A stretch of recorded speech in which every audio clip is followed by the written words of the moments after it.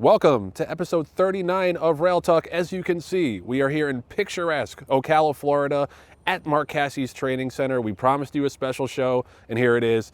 Damn, is it going to be special. I'm Joe Bianca. I'm an ownership advisor at West Point Thoroughbreds. Thrilled to be here with you, John, and with my favorite adopted father, Len Green, at some point. Be careful what you wish for, Joe Bianca. Jonathan Green, general manager of DJ Stable. How beautiful is this? It's picturesque weather. We have some great guests coming up. Patty Wolf might even come and make an appearance here because she's down here in Ocala because there's never a camera that she doesn't love. And it's just going to be a really fun episode. Number 39, Joe, 39. They said it wouldn't be done. They said specifically about 39? 39. They said we'd never get to 40. You might get to 38. That's right. But 39. 39 is the cliff. Let's start the show.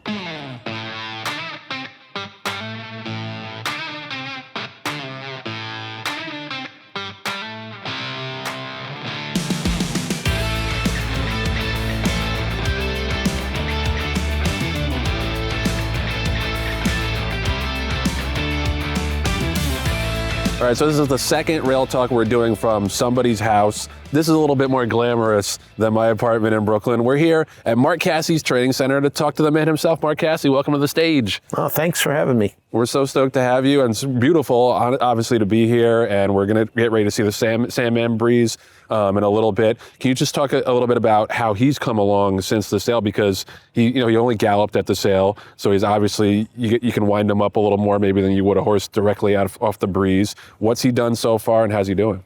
He's doing great. He's had a couple just very easy breezes. He's actually gonna go half today. He's also been going to the gate. He's been to the gate. We have a professional gateman here that oversees all our gate horses. So he's been doing very well. Right now, I'm a simple guy, Joe. I learned this in first grade, A, B, C, D. Mm-hmm. Right now, I'm going to give him an A. Awesome. Great. I'd love to hear it. And for those of you who don't remember, Sandman, of course, is the Tappet colt that we bought out of the March sale together in partnership. West Point DJ Stable. Yeah, Joe and I own about that much of the horse. I own zero. But Mark, you've trained so many champions and so many well-bred horses. Does a horse that costs seven figures with a big partnership group with that kind of pedigree, does that make you more nervous, less nervous, or he's just another horse as far as you're concerned in the barn? It doesn't make me nervous. I've been doing this for a long time and love to have him. I mean, I'm very happy with him, but no, it doesn't make me nervous at all. I mean, yeah. And like Joe was saying, he just galloped on the racetrack during the March sale, which is very unusual, but that was part of the Lothenbach dispersal. They mandated that all their horses gallop. What did you see in him galloping that made you say, he's the one? I just thought he moved well. And it wasn't just that, but it was also, his physical. I just thought he was in his pedigree. All those things we look for. Can you talk a little bit about this place? Because I've never been here. I've seen videos that you've sent for breezes, but this is beautiful. How long have you been here? How did you come to train here? Tell me a little bit about the history of this place. Well, right now you probably hear the tractor getting ready to go by. So we're in the middle. We're harrowing. My wife and Tina and I, we've had it. Tina and I have been married for 23 years. I think I first got my first little 10 acres here 30 years ago. We now have about 140. And about, I want to say 7 or 8 years ago, I kind of came to a part where I was like, either I'm going to go big or go home. And so I went big. And so my wife and I, we spent a lot of money and we built this training center. Right. It was always here. We just took it to another level. And, it's worked out really well for us. I have probably 10 team members that have been with me 30 years plus. So we've been doing this for a long time. We've had a lot of good horses go over this racetrack. And this is kind of my Fair Hill. This is my Palm Meadows. This is my Palm Beach Downs, my Payson Park. Everything we do it here. If we're not happy with a horse, say at Gulfstream, we're not happy the way he trains, that horse will come here we'll observe it. And until I'm happy again, he'll stay here. And so this is where my concentration is, and it works really good for us. Yeah. And Mark, you're a two-time Hall of Famer, obviously here in the States and also in Canada. And year after year, you seem to dominate up in Woodbine. What gives you that edge to be able to have your horses run so well during the Woodbine meet? Well, obviously, you know, that's something that over the years, John, that we have concentrated on. Obviously, if you're going to run at Woodbine, you want Canadian breds. The other thing that's really good about Canada is they have a wonderful turf course. You have 2 grade 1s winning your ends. We've won them numerous times. We've been to, I don't even know how many Breeders' Cups. But more importantly, the thing that I do like about Woodbine is that if you look at, I think I've had 6 Eclipse Award winners, 6 Breeders' Cup. 5 of those have some fingerprint somewhere at Woodbine. I've used it as it's a great place to get horses ready. You know, a lot of people say, "Oh, Toronto, Canada." They think it's a long ways away. It really isn't. It's about the same as if we're going to Belmont or you know, Saratoga. It's 7 hours from Saratoga. So, you know, we go back and forth a lot. Obviously, Kentucky's good too, but it's what we concentrate on. You know, you go to New York and you got to deal with Chad Brown and Todd Pletcher. You go to Kentucky, you got Steve Asmussen and Brad Cox. And when you go to Toronto, to Woodbine, You got Mark Casse. You got to deal with you. It's my house. Yeah. No, well, a quick follow-up on that, because I had a West Point partner ask me, we were talking about you, and I assumed you were a Canadian guy before I knew you, just because I saw how much you dominated up at Woodbine. Do you have any personal footprint up there? Do you have a house or anything? Do you stay up there? I have over the years had farms and stuff. No, I don't. I don't have anything there now. I do have 3 Canadian children that are there, but I was born in Indianapolis. Yeah. So I learned about Woodbine with my dad when I was 12. I went up there, and then it's just the Canadian people are good. Woodbine is just a tremendous facility, and I can tell you I wouldn't be in 2 Hall of Fames if it wasn't for Woodbine. It just allows me to develop horses. I think it's a great place to develop horses. And Mark, I don't know if you realize, but you and Joe have something else in common, and that is you're on the advisory board of HEIS. I think your window is closing. You're gonna step down from it at your term. And Joe has recently been nominated to like a up and coming group. I don't remember the exact name. The Next Gen Advisory Board. Exactly. They started yesterday. Yeah, the first meeting was yesterday. Which is good. Do you have any advice for him? No, I'm glad they're doing it. I guess maybe, the first group, everybody kind of were the older, wiser, well, maybe not wiser. That's your word. Let's just go open older. to interpretation. But I think it's important, they're the future. Right. And you can make a difference there. HEIS has made a difference. Some people, in anything, I always say with assets, there's liabilities. So, but it's important. I'm glad they're going to get there, and you can make a difference. So it's not easy, but it's worth being on there. And I looked at the group, and a great group of young people, and they're our future, and they're important.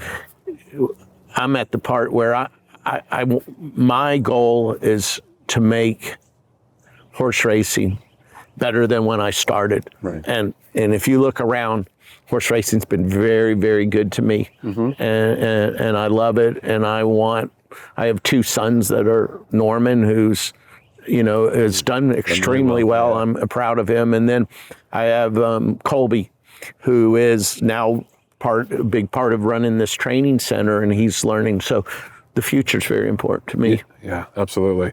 And Norm has done great. He's, your legacy lives through him and your other children, and Yes. you have a lot to be proud of. I am. Last question from me. You were one of the ones that I think started the push to ban clenbuterol. I remember you being very vocal about that, and I give you a lot of credit that the industry has moved to do that. There was a recent announcement that the sales companies were going to unify their drug policy. Do you think that that's a good first step? Do you think that there's more to come in that realm? Where are you at on the industry's issues with drugs, particularly at the sales? So I'm only going to speak for me. I am on the board of OBS, but yes, it was a good start. It was a good start. We still have to. I'm not overly still happy with the clenbuterol deal. We still need to fix it. Joe, this will be the first Kentucky Derby that will be run that horses wouldn't have been on clenbuterol. Up until HEIS took over late May, a horse could be treated with clenbuterol until 2 weeks before. Wow. Now that's all changed, and that's better, but we still have to do more. If I have anything to do with it in 2025, if clenbuterol is found anywhere, the horse is going to be returned, not sold, and it's a terrible drug. It's a terrible drug and needs to be gone. And I've fought for that. And I'm going to continue. All right. Well, Mark, thank you so much for hosting us. Thank you, as always, for the insights. And let's go see the big horse train. Yeah, he's getting ready to go. They're Thanks, giving Mark. me these. Oh, shoot. I don't want to break this. Next up, in the slightly warm seat here at Mark Casse's training center, is the CEO of West Point Thoroughbreds, Terry Finley. Welcome to the show. Awesome to be on, and I feel good to follow our boy Mark Casse. Yeah, I think I've known Mark for 30 years. We bought a horse from him at Barrett's in, 1997. He ran all of the Mangorian horses. You remember Harry Mangorian? He did such a good job for Mr. M, so as they called them. So Exactly. And just for our fans at home, Barrett's was actually the fourth auction house that is no longer in existence. That's how long ago the story was, right? it's actually been a while. So we're not just here to have Terry on the show. We're all convened here to watch Sandman breeze. Sandman was the $1.2 million tappet colt that West Point and DJ bought at OBS March. He just went a half mile, looked great. Can you talk a little bit about how that partnership came together? Because a lot of people are giving me the credit. Many people are saying that it was because of me and because of the show. But don't worry. I don't take the many people are saying. Don't worry, I don't take the credit. But so, in all seriousness, can you talk about how that came together? Well, I tell you, we're going to hold the credit in abeyance for a little while. That's right. Maybe for about 18 months, and then we'll circle back and we'll ascertain if we're going to give you. But you and John, obviously, we've owned a couple horses together, but we endeavored, 6 months ago to do more, and obviously with that consignment, and they all gallop, so we just thought it'd be a good play, and everything worked out. Those things, they I'm not sure people really get set into those things a month before the sale. Right. Oftentimes it happens, literally 10 minutes before the sale. Right. And the good thing is, if it happens 10 minutes before the sale, we get a feel, right? Everybody gets a feel.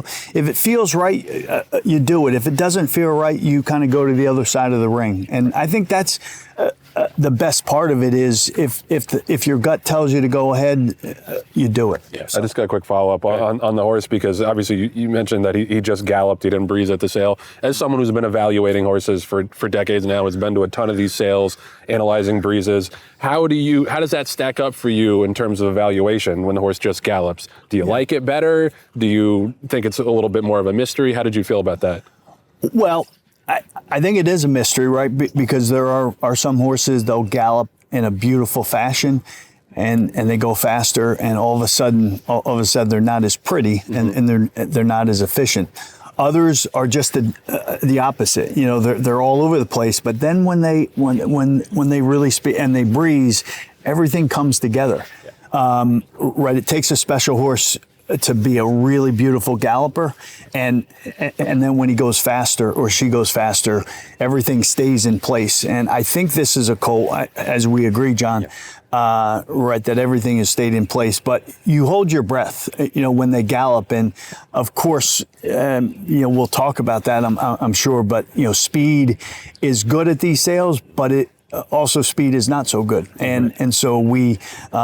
I think it sent a signal to the market that you can still get a lot of money for a horse that just gallops. Right, absolutely. And Joe, I don't know if you realize, but like Terry and I have been texting back and forth for almost a year about, hey, we need to find something together. We need to find a good one together, and just we never landed on that horse at the same time where we said, oh my God, this is the one. And I think I still have the text. You actually texted me saying, John, I know we've been kind of playing footsie for the past year or so. I found one, and I was like, okay, I hope it's the Tappet, and that was kind of how it was born into it and the whole thing. But the funny thing about it, and I hope you don't mind me disclosing it to the audience, was you and I were talking about, okay, what do you think the horse is going to bring? And we realized very quickly, almost like an hour before the horse went in the ring, we needed more reinforcements. I mean, we needed to be able to not only stack up and to use the military version, we needed to have as much ammo as possible, and that's why we called in some other partners on it. But the partnership's been great. The horse looks great, and now we just have to figure out hopefully how many tickets we need for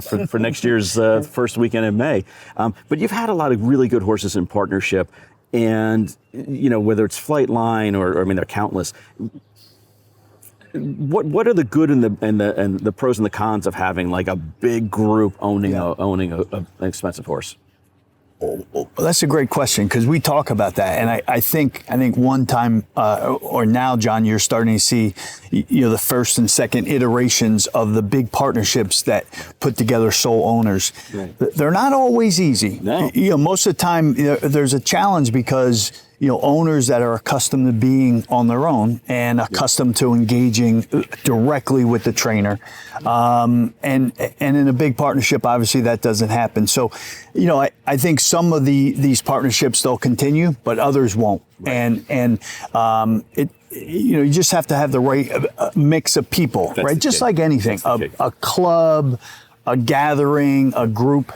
It's all about the people, and not to say a person that doesn't get along or isn't a good fit is a bad person. Right. It's just that particular group of owners. Right. It's just not the right fit or the right time, as I say. Yeah, and any, like Joe, like we've said before, any mix of people can own a bad horse. That's never a problem. You drop it down to $10,000 claim and it's over. It's, when the horses get good, that's when you start to see really, the measure of the man. And that's why we felt so comfortable in going with West Point. And I'm glad the people that you've collected to be a part of it, because it's going to be exciting, and we hope it's going to be a good problem. Yeah, totally. And one of the things, honestly, that I've loved about West Point, I say this to people sometimes, that it's kind of like experiencing life through your child's eyes. That's my feeling. It's like when I introduce new partners to the game, they're so excited, and they're just as like a lifelong dream for a lot of people. Have you experienced that? Like, you've brought in a lot of new people into the game over the years. What's it like to be with someone who's so wide-eyed, and it must like reinvigorate you if necessary over the years? It does, Joe. It brings you back. Obviously, we talked a little about all the things we could talk about on a show like today. We will. And we got a little bit of time, right?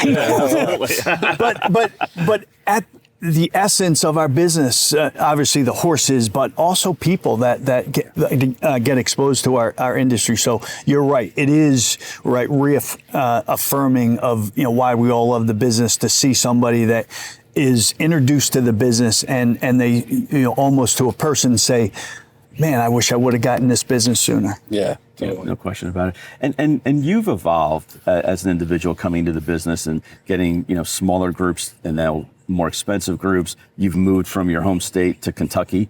You've gone on to become a board member, to executive board member on a lot of these top groups. How are you seeing your influence in the industry now, from a top-down view? Well,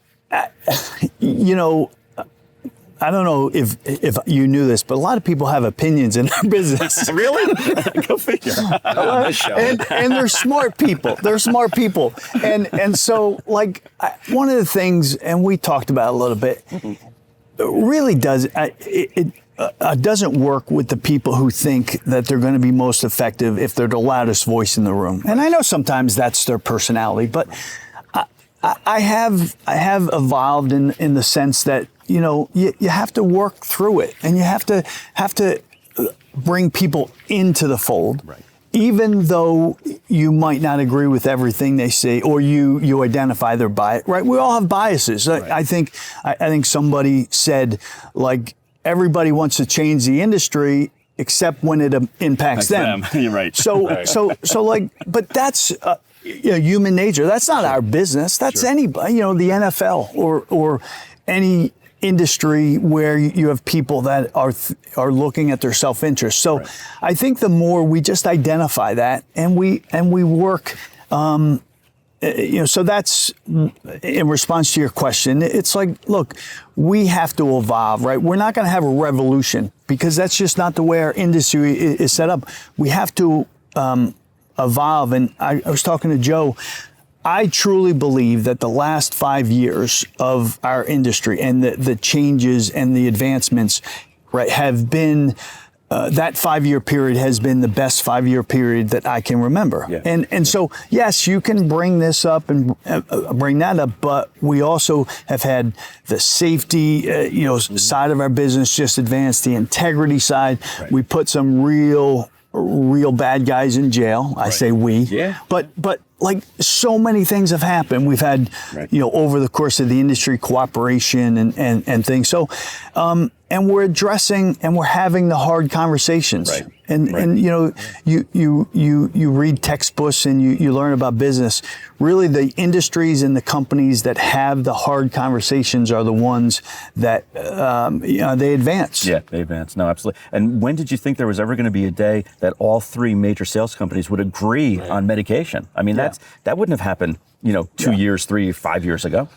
It would not have, John. And I would say kudos to them. Absolutely. Kudos to everybody, the buyers and sellers that were part of it. But really, you know, the genesis of all those changes was HEIS. Yeah. Yeah. No Like, question. and so you can bang and you can beat up on HEIS, but man, they're starting to take hold in a bigger and bigger way. You talked about the advisory committee. Right. I know the Horsemen's group that Mark is on. Like, you talk to them, like, I know they get frustrated some, but overall you say, have you been able to impact change?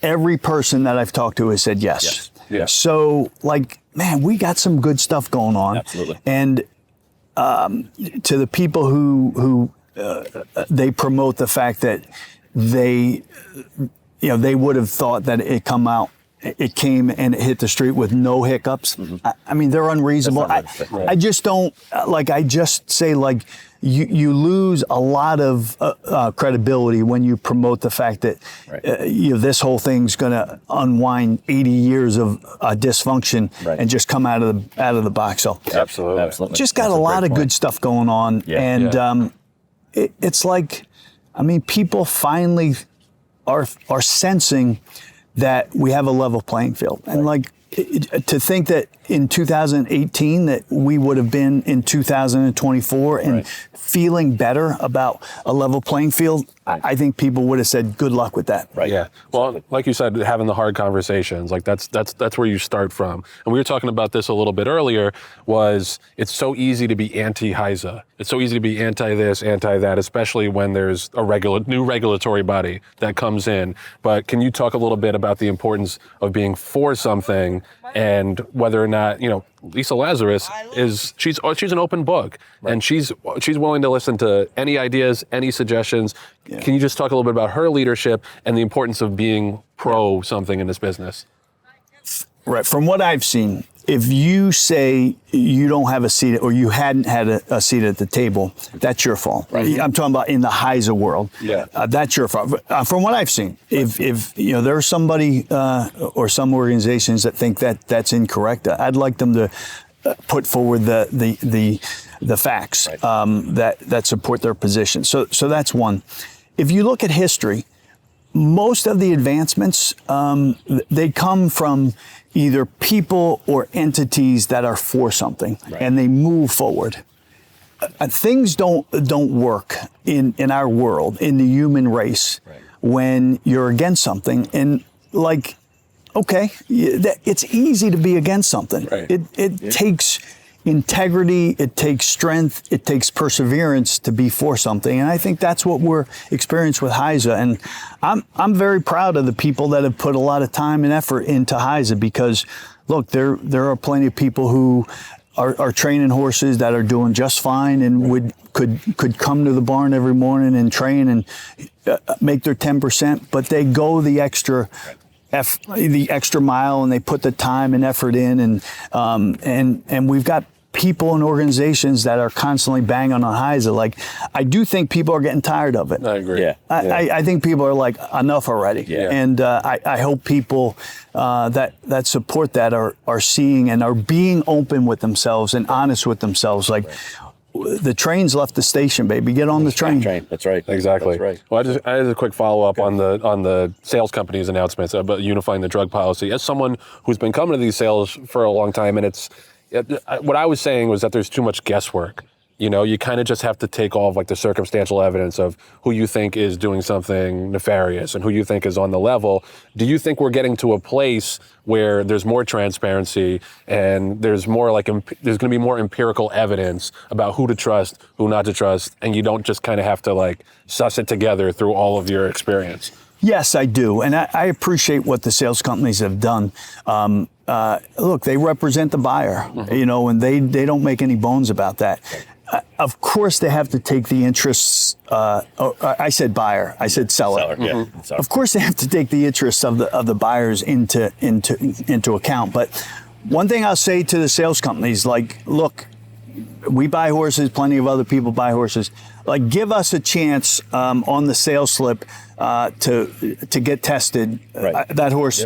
A hair follicle test for clenbuterol. I know Mark was talking about clenbuterol. Like, you can't say we don't have a problem at the sales with a clenbuterol without authenticating that, and you trust but you verify. So you want to take care of the clenbuterol problem.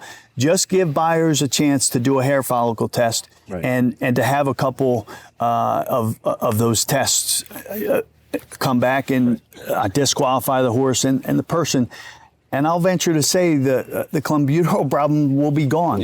So look, we're headed down the road of changes. Let's get the substantive changes on the board and activated on. Yep, absolutely. No, it's an excellent point. I'm gonna shift gears on you for my last question, which is Flightline. Obviously, you guys were on the map. It just magnified your impact on the industry. His foals are coming out this year. What have you seen, if any, of the little Flightliners? Yeah, we have 8.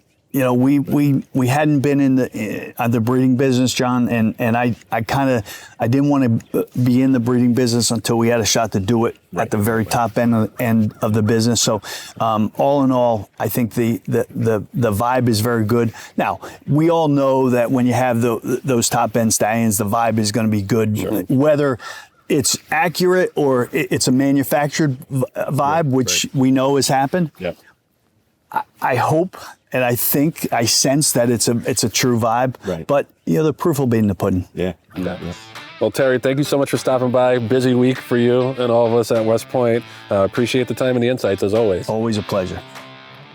So we are so thrilled and honored, as always we are, to bring in the founder of the Green Group and DJ Stable, man about town in Ocala here, Len Green. Welcome to the show. It is my pleasure. I'll take over the rest of the show if it's okay with you guys. That's normal, standard procedures.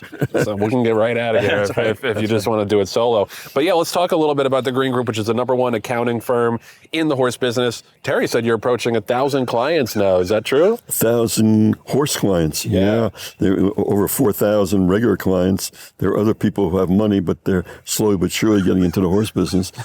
When they find out, all the tax advantages, as well as the thrills and everything else involved in it. And I think, but I think for an accounting firm to succeed, Joe, you can't be like every other accounting firm. Same as this program succeeds because it's not like other programs that think they're doing the same thing. You got to do things differently, kind of thing. So we decided right off that we were only going to be involved in industries that we really could give back, that we had the knowledge unique knowledge to do it. And the horse business is one of those, because no other owner owns 800 horses, right. Okay, or 200 horses, okay, is the right number, or okay, has won as many races, as we have. But we're involved in every aspect of it. Mm-hmm. So why would you go to a mechanic who doesn't know anything about cars? You'd only go to somebody who knows something about it, and that's really what's happened. That's why when we advertise, when you speak so well of just give me a chance to take a shot at something. We have never seen a tax return now that we have not been able to save money on. Okay, people say to me, well, we go with a national firm. Well, national firm people aren't there anymore. You're only as good as the person doing it, kind of thing. And here, you have all this experience, and we really want to save you money. Yeah. Yep. Well, we're 2 days after, 3 days, I don't forget what day it is down here, after tax day. You do have the complimentary consultation for Rail Talk listeners. Does that still apply for next year? It applies with every single person that I look at. And the fact that it's been on Rail Talk has resulted in an awful lot of people calling me and saying, hey, I heard this. From prominent people, okay? And so there's a real reason that we're involved in this. And yes, we spell it out again. If you send your return in on a complimentary and confidential basis, okay, I personally look at it. And for every single return that I've ever looked at, I can save them money. Now, I got a lot more experience than most people who prepare the returns for these people, okay? And I have a real interest in wanting to save money. Oh, you, bro. So we're here with Glenn Green from the Green Group. Can I call you Glenn? Is that okay? Jim and Glenn Green. Jim and Glenn, exactly. So one of the things that I always enjoy about coming to Ocala is obviously looking at the horses and trying to figure out what our next great horse is going to be. But I've noticed that when you walk around, when we're looking at horses, you're also talking to the consigners and talking to other owners and stuff like that, and you're taking notes. What does that all do for you when the sale is all over? What do you use those notes for? Well, again, I really believe that you can advertise as much as you want on shows like this, and you get planted in the back of people's minds a name. But it's till you see the face, until you see the person, that it really does. And invariably, I will come to a sale like this and say, okay, here on my agenda is to meet 40 people that are clients of mine who are either selling horses or I know can be there. And I am betting, okay, that at least of that group, okay, there'll be at least 10 or 15 that say to me, hey, I have somebody I want to recommend you to, or here is somebody who's here. And John, it's invariable. That's how you keep it going. Okay, it's the personal touch plus the advertising. Absolutely. Well, and I get this question sometimes from prospective West Point partners, what kind of tax advantages are there for getting involved in racehorse ownership? And I always tell them, I'm not smart enough to know that, but I know a guy who is. So without giving away the secret sauce or too many of the loopholes or whatever there are, what are some of the broad tax advantages of owning horses? Well, okay, there's two aspects of that question. Number one, okay, most accountants are very, very busy doing everything, okay? We're busy, but we stay up on the horse cases and the horse law, and I'll even tell you how many senators it'll take to then pass the new Child Care Act, which has a provision in it to reinstate the expense write-off. 100% expense. We stay up on that because we're involved in that. Number two, what people say, well, you can only get 60% write-off now when you buy a horse. That's only one of 4 ways that you can depreciate a horse, okay? And even if you take 60 now, what happens to the other 40? Well, do I ever get it back or not? Believe it or not, it becomes a net operating loss carry forward, and you can take 100% of it next year. So, okay, but in addition to that, you can still write off more than 100%, up to 100% of the horse if under a different method, or you can take different methods of depreciation and you get 2/3 of it. I mean, but most accountants will tell you what the basics are. Now, if somebody asks me about a different industry, I'm not going to be able to do that for them, Joe. But for this industry, I can. And then they say to me, well, I'm in West Point. Okay, do I just get the K1 and is that it? No. What happens when you go up to Saratoga and you have breakfast and you're networking, et cetera? That's all becomes deductible, your trip up there. Okay? So there's many aspects of this. It's not just this way. Right. No. And Len, you've been in the business for 40 plus years. You've seen, it grow and evolve and change. We asked Terry Finley and Mark Casse both about their insight and thoughts on HEIS and how that's changed the industry. You're a smart guy. Can you give us some insight on how this is changing the business? I was very impressed the first time I heard Lisa on your show. Okay. I mean, here's a young woman who's intelligent and she can make decisions. And I said, gee, if I ever could go one-on-one with her, which we had the opportunity to when we flew home, I can tell her what she's up against. Okay. And it's going to be this is going to be one of the most difficult jobs she has.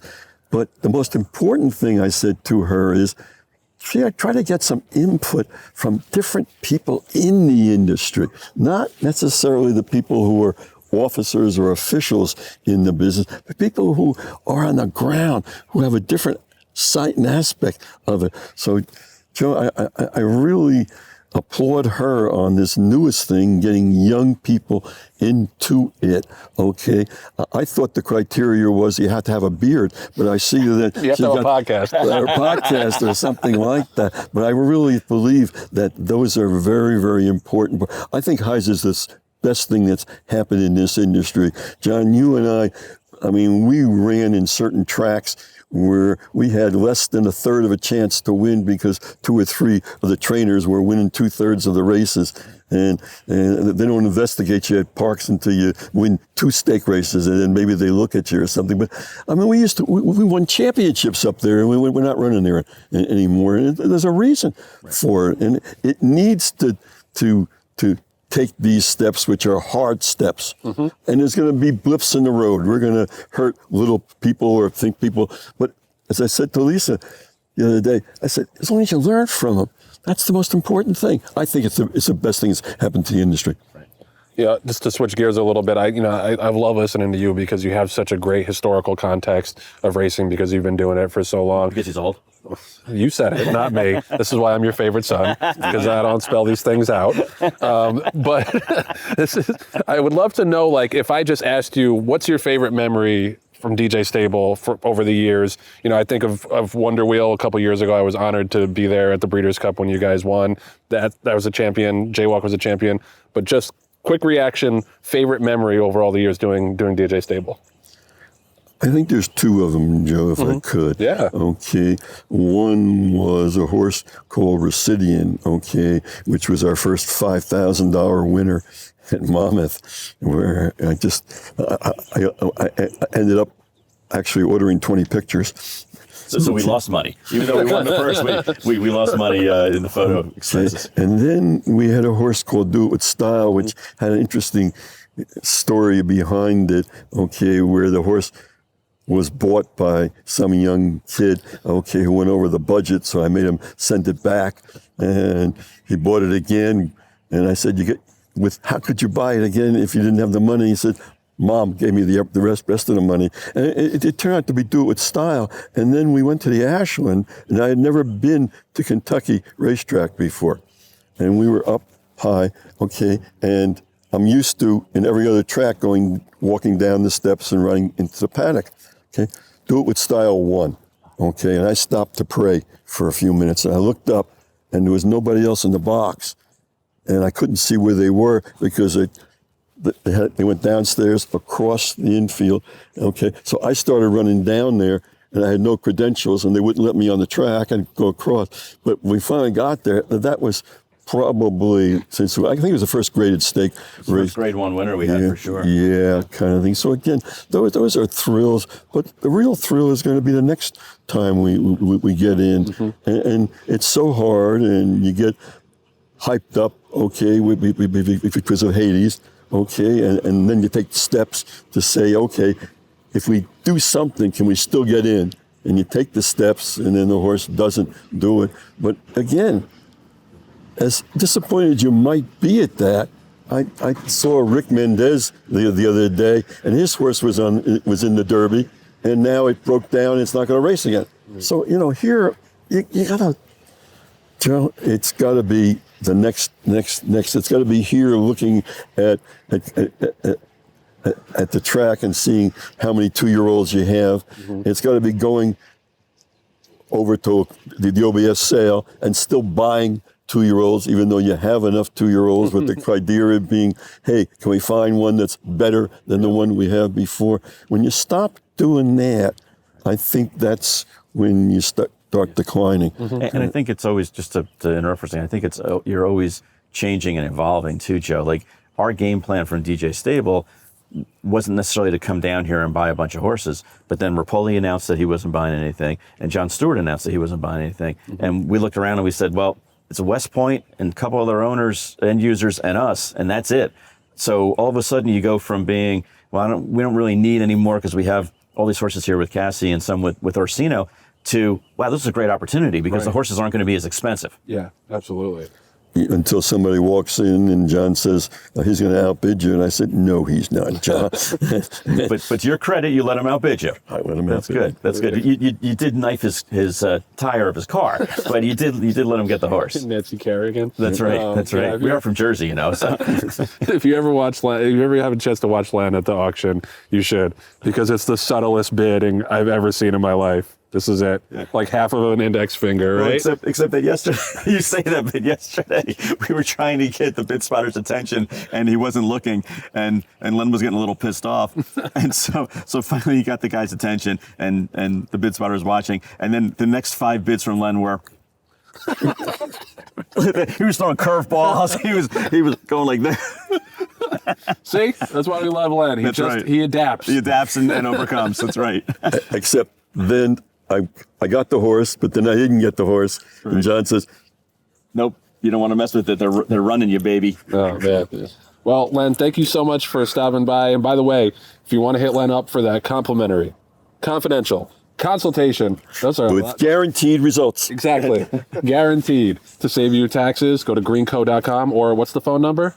732-634-5100. All right. Well, he's a numbers guy. Exactly. But Len, thank you so much for coming on, for the sponsorship, and just for your insights as always. It's nice to be with a celebrity.